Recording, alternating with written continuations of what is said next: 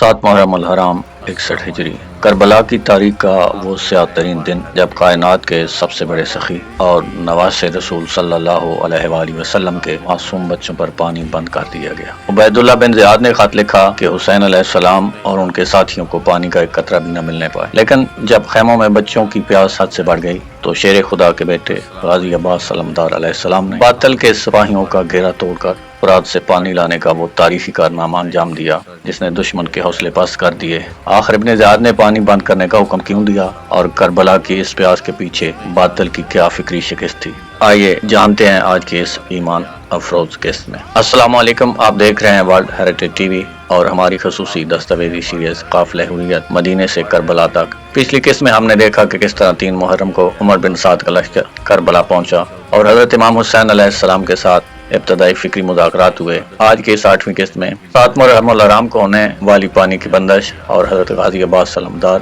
علیہ السلام کی شجاعت کا علمی تجزیہ کریں گے۔ اگر آپ حقائق پر مبنی تاریخ دیکھنا چاہتے ہیں تو چینل کو سبسکرائب کرنا نہ بھولیں۔ شیخ مفید رحمۃ اللہ علیہ اپنی کتاب الارشاد میں رقم تراز ہیں کہ 7 محرم الحرام کو کوفہ کے گورنر عبید اللہ بن زیاد کی طرف سے عمر بن سعد کو ایک انتہائی سخت خط موصول ہوا۔ اس خط میں لکھا تھا، حسین علیہ السلام اور ان کے ساتھیوں کے درمیان پانی کے راستے کو بند کر دو۔ یہ خط ملتے ہی عمر بن سعد نے اپنے ایک کٹر جرنیل عمر بن حجاج زبیدی کو 500 گھوڑ سواروں کے ساتھ دریائے فرات کے کنارے پر تعینات کر دیا تاکہ کوئی بھی حسینی خیموں سے پانی تک نہ پہنچ سکے۔ عمر بن حجاج نے فرات کے کنارے کھڑے ہو کر بلند آواز میں پکارا، اے حسین علیہ السلام، یہ فرات کا پانی دیکھو، خدا کی قسم آپ اس میں سے ایک قطرہ نہیں پی سکیں گے یہاں تک کہ آپ پیاس سے مر جائیں۔ باطل کا یہ قدم ان کی سیاسی اور اخلاقی گراوٹ کا سب سے بڑا ثبوت تھا، کیونکہ وہ جانتے تھے کہ وہ حضرت امام حسین علیہ السلام کو میدان کارزار میں نظریاتی طور پر شکست نہیں دے سکتے تھے، اس لیے انہوں نے پیاس کو ہتھیار بنایا۔ جب خیمہ حسینی علیہ السلام میں 3 دن سے پانی کی قلت بڑھنے لگی اور معصوم بچوں کی الامان والحفیظ کی صدائیں بلند ہوئیں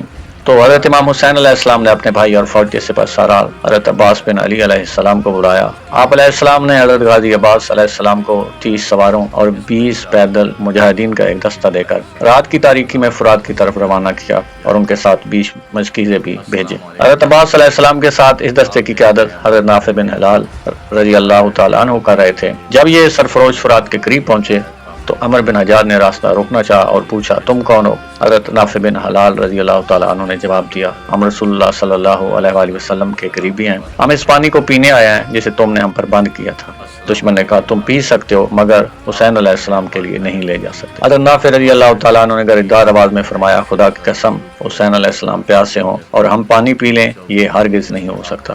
اسی دوران حضرت غازی عباس علیہ السلام نے اپنے ساتھیوں کو مشکیزیں بھرنے کا حکم دیا اور خود تلوار تان کر دشمن کے 500 سپاہیوں پر ٹوٹ پڑے۔ شیر خدا کے بیٹے کی شجاعت کے سامنے دشمن کے پیر اکھڑ گئے۔ حضرت غازی عباس علیہ السلام اور ان کے ساتھیوں نے دشمن کو پیچھے دھکیل دیا اور تمام مشکیزیں پانی سے بھر کر بحفاظت خیموں تک پہنچا دیے۔ یہ کربلا کا وہ پہلا معرکہ تھا جہاں حضرت غازی عباس علیہ السلام کی سقائی اور علمداری کی فکری اور عملی داغ دشمن کے دلوں پر بیٹھ گئی۔ ناظرین، 7 محرم الحرام کا یہ واقعہ ہمیں سکھاتا ہے کہ حق کے راستے پر چلنے والے مصائب کے سامنے سر نہیں جھکاتے۔ دشمن نے پانی بند کر کے یہ سمجھا تھا کہ شاید وہ کاروان حسینی علیہ السلام کے فکری عزم کو کمزور کر دے گا، لیکن حضرت غازی عباس علیہ السلام نے دشمن کے گھیرے سے پانی لا کر یہ ثابت کر دیا کہ طاقت نیزوں اور تلواروں میں نہیں بلکہ ایمان اور شجاعت میں ہوتی ہے۔ یہ پانی کی بندش دراصل یزیدی حکومت کی فکری شکست کا آغاز تھی، لیکن جیسے جیسے محرم کے دن آگے بڑھ رہے تھے کربلا کا میدان ایک عظیم قربانی کے لیے تیار ہو رہا تھا۔ 9 محرم الحرام کو ابن زیاد کا وہ کون سا آخری خط پہنچا جس نے عمر بن سعد کو آخری الٹیمیٹم دیا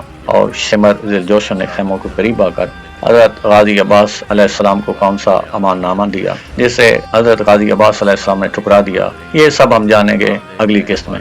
اگر آپ کو ورلڈ ہیریٹیج ٹی وی کی یہ دستاویزی کاوش پسند آئی ہے تو ویڈیو کو لائک کریں، کمنٹ سیکشن میں یا عباس علمدار علیہ السلام لکھ کر اپنی عقیدت کا اظہار کریں اور چینل کو سبسکرائب کرنا نہ بھولیں۔